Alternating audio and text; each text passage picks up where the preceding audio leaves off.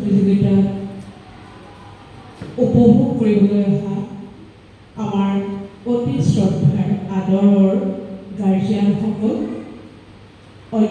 অংশগ্ৰহণকাৰী ছাত্ৰ ছাত্ৰীসকল আৰু এই অনুষ্ঠানভাগি অনুষ্ঠিত কৰিবলৈ আগবাঢ়ি অহা ইগনাইট কোচিং চেণ্টাৰৰ উদ্যোক্তাসকল, জয়তে প্ৰেক্ষাগৃহত উপস্থিত সকলোকে মান্যানুসাৰে মোৰ আন্তৰিকতাপূৰ্ণ শ্ৰদ্ধা, সেৱা, নমস্কাৰ আৰু মৰম নিবেদিছোঁ। সময় যথেষ্ট হৈ আহিছে, মই মোৰ কথা বিশেষ দীঘলীয়া নকৰোঁ। আমাৰ নিম্ন শাখাৰ ছাত্ৰ ছাত্ৰীসকলো অধীৰ আগ্ৰহেৰে বাট চাই আছে পুৰস্কাৰ ল'বলৈ।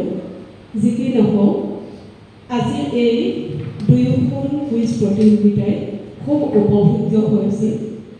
মইহে অকণমান ক্ষমা বিচাৰিছোঁ যে মই প্ৰথমৰ পৰাই উপস্থিত হ'ব নোৱাৰিলোঁ। ভাবিছিলোঁ উপভোগ কৰিম বুলি আৰম্ভণিৰে পৰা, মোৰ নিজৰে যিহেতু অলপ পলম হ'ল।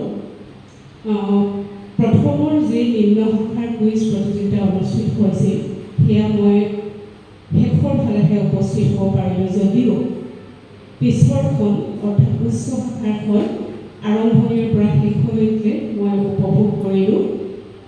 অংক, বিজ্ঞান আৰু জেনেৰেল নলেজ এই গোটেইখিনি প্ৰশ্নই খুব সময়োপযোগী হৈছে।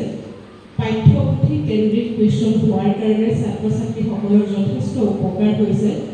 আমাৰ ইমানখিনি ছাত্ৰ ছাত্ৰী যে ওলাই আহি অংশগ্ৰহণ কৰিছে সেয়াও এক খুব সৌভাগ্যৰ কথা।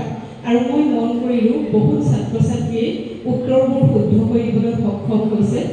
প্ৰথমটো প্ৰতিযোগিতাটো যথেষ্ট তৎপৰ হৈছে। ছাত্ৰ ছাত্ৰীসকলে খুব কম নম্বৰৰ ব্যৱধানতহে তেওঁলোক ইফাল সিফাল হৈছে।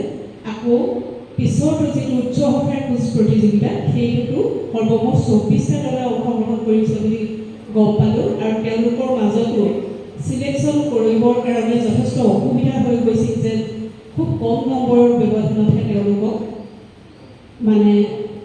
ফাইনেল ৰাউণ্ডলৈ চিলেকশ্যন দিয়া হৈছিল। এই প্ৰতিযোগিতাভাগ অনুষ্ঠিত কৰাৰ কাৰণে মই ইগনাইটৰ আটাইকেইজন কোচক আন্তৰিকতাৰে ধন্যবাদ জ্ঞাপন কৰিছোঁ।